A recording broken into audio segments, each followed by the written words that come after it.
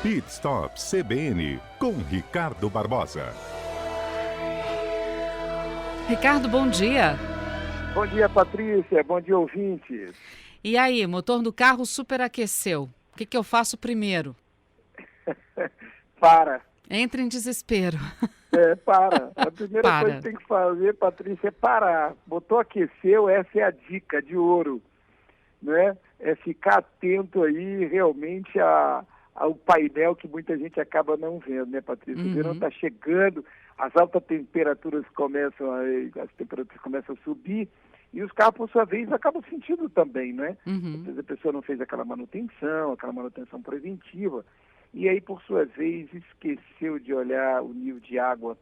O carro aqueceu, ar-condicionado ligado, exigiu mais do motor, o motor, por sua vez, aqueceu, a pessoa não ficou atenta ao painel, porque o painel, Patrícia, ele dá algumas dicas pra gente. A primeira coisa é a luzinha que acende, né? Tem carros que tem a luzinha, que já vai acendendo, e ela pode até piscar, mas geralmente ela acende e dá um sinal de alerta. E tem aqueles carros também tem um marcador. Geralmente ele fica do lado oposto do combustível. Então ele tem um marcador de gasolina e logo do lado oposto ele tem um marcador de temperatura, que ali ele fica marcando. E às vezes a pessoa acaba não observando isso. E aí percebe quando começa a sair aquela fumaça do carro. E aí o motor aqueceu, né? O ponteiro se eleva ali e esse é um mau problema, dando um superaquecimento. Aí vem aquela pergunta, o que fazer, né? Pois é, quando a fumacinha sai, a situação ainda dá para reverter ou já complicou de vez? Olha, às vezes dá para reverter, é raro. O ideal é que você pare o carro logo, de imediato, né? E cuidado ali na hora que você abrir o compartimento do motor, porque tem casos que a própria válvula, isto é, a tampa do reservatório, ela não resistiu.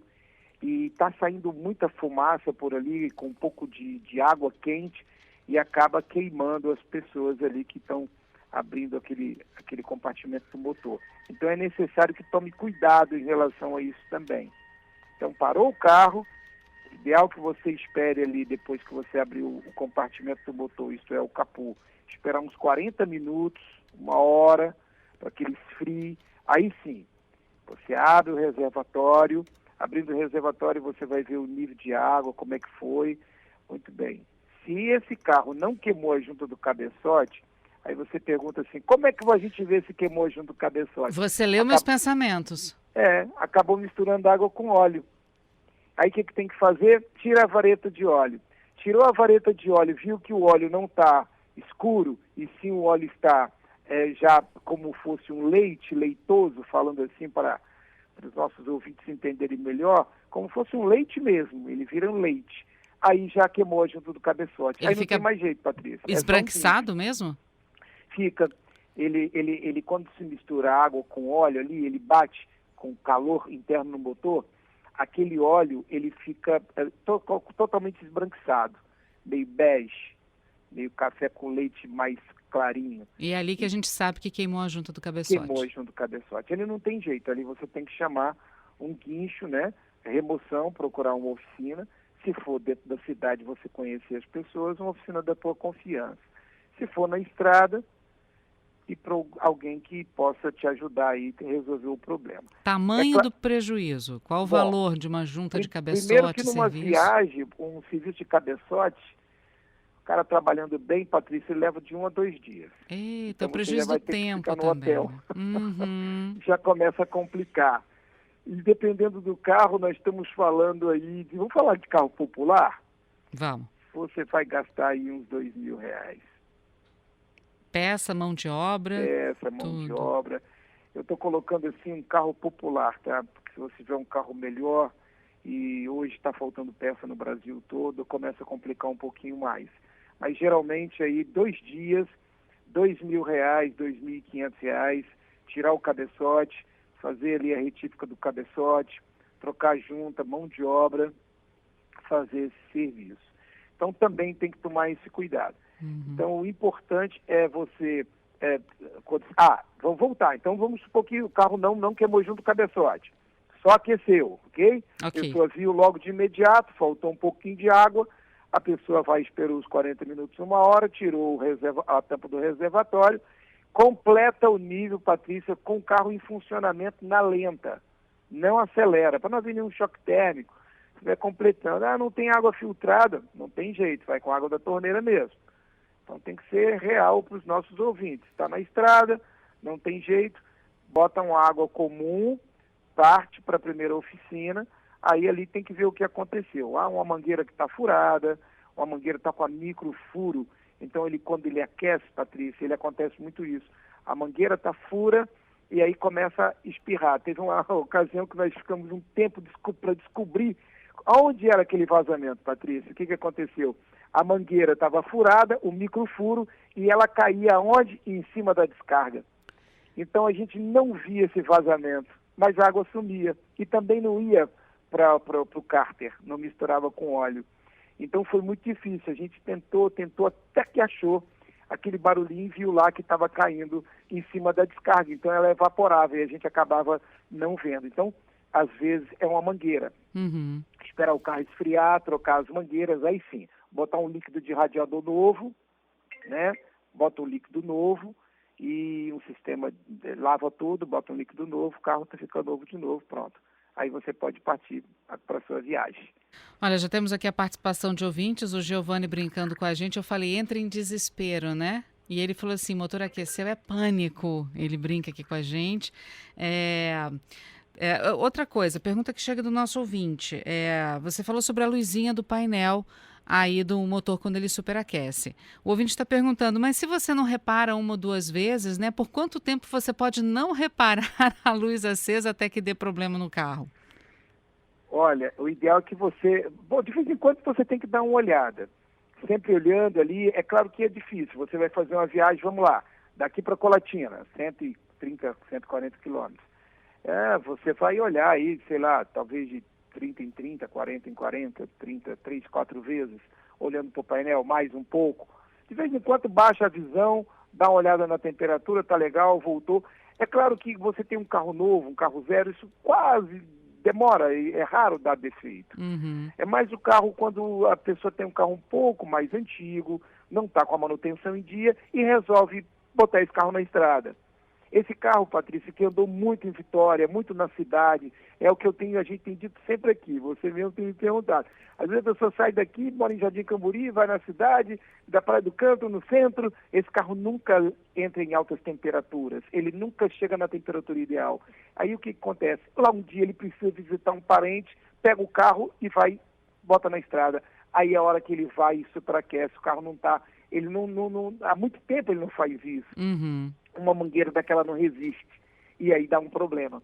Então é necessário estar sempre observando, porque a temperatura ela vai subindo devagar. Começou a sair do eixo normal, 90, 90 e pouco, ali está no ponto de ebulição, ela tem que parar o carro. Para no estacionamento, vê o que aconteceu, a mangueirinha começou a vazar. Parou, trocou, ou então cortou um pedacinho dela, empurrou um pouquinho para frente, apertou uma abraçadeira que está com folga. São essas coisas pequenas no primeiro momento. Agora, depois que aquece, aí ela pode ter um dano maior, como a gente já comentou, em relação a uma junta do cabeçote e misturar água com óleo, o problema fica bem maior. Então é necessário que você de vez em quando esteja olhando aí numa viagem, sempre olhando, como você olha para ver como é que está o combustível, você também aproveita para ver como é que está a temperatura. O Gledson está aqui dizendo, olha, costumeiramente eu vou para Santa Maria de Jetibá, que tem muitas subidas, né? E ele vê muitos caminhões e carretas carregadas pararem por conta do aquecimento do motor. E ele diz que caminhoneiros são até mais cuidadosos com esse aspecto, né? E outro lugar onde ele vê que acontece bastante isso é na Terceira Ponte, no horário de pico. Acontece. O que acontece muito com o caminhão nessa estrada, falou bem, é porque o freio, ele vem com a carga muito pesada, ele vem com o pé no freio o tempo todo. Aí o que acontece? O óleo de freio, ele superaquece. Para ele não perder o freio, ele tem que parar para poder esfriar, porque ele perde o freio. Então ele precisa estar sempre atento. O caminhoneiro tem essa experiência, ou quando não, acontece também em altas temperaturas, ou o carro um pouco mais antigo, ele aquecer, e aquece mesmo. Às vezes é um radiador daquele que dá um pequeno vazamento, e aí ele acaba tendo que parar na estrada. Acontece sim, é verdade. O Léo está aqui lembrando a gente falou sobre os valores e os custos, você falou de um carro popular, ele está lembrando que se o veículo for 16 válvulas, o valor dobra. É isso aí, Léo, obrigado. É verdade, se for 16 válvulas, fica um pouquinho maior. Tudo isso acaba aumentando maior o custo. Então, por isso que eu digo, né, Patrícia, vamos estar fazendo sempre a manutenção preventiva, fazendo a revisão do teu carro, porque é um bem que você pode estar precisando de, a qualquer momento fazer uma viagem um pouco mais longa, então deixar ele sempre bem, e ela é muito mais barata você está fazendo a manutenção preventiva do que uma corretiva.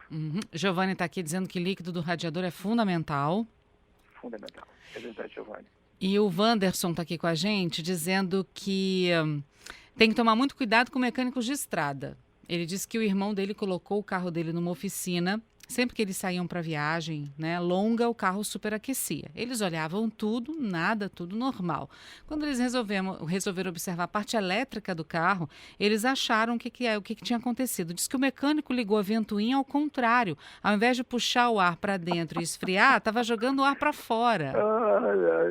Pode ser. Acontece. É verdade. E aí quem perde é o consumidor, é o motorista que acabou perdendo. É verdade. Tem tantas coisas, tantas histórias com o carro que a gente... Estrada é complicado. É bom que você faça a revisão antes de sair do carro, antes de sair e botar o carro na estrada. E também, viu, Patrícia, não faça a revisão numa sexta-feira para viajar no sábado. Né? Faça a revisão com pelo menos uma semana de antecedência. Até para você testar o carro depois da revisão, né? Isso, testar o carro, ver se ficou um barulhinho, ver se ficou legal, como é que ele está, para ver se às vezes está puxando. Às vezes a pessoa fez um bom alinhamento, mas ele por um acaso ficou puxando um pouquinho ou está vibrando ali a direção. Então você volta na oficina, está na garantia, ele vai lá, dá um ajustezinho, acerta e aí você coloca na estrada. Então também esse detalhe é importante. Fazer uma revisão pelo menos uma semana antes, 4 dias antes, 3 dias antes de colocar o carro na estrada. Isso também é importante. Ricardo, obrigada mais uma vez por conversar conosco aqui na CBN, hein? Muito bom, Patrícia. Conta com a gente. Um abraço para você e para os ouvintes. E até segunda-feira. Até segunda.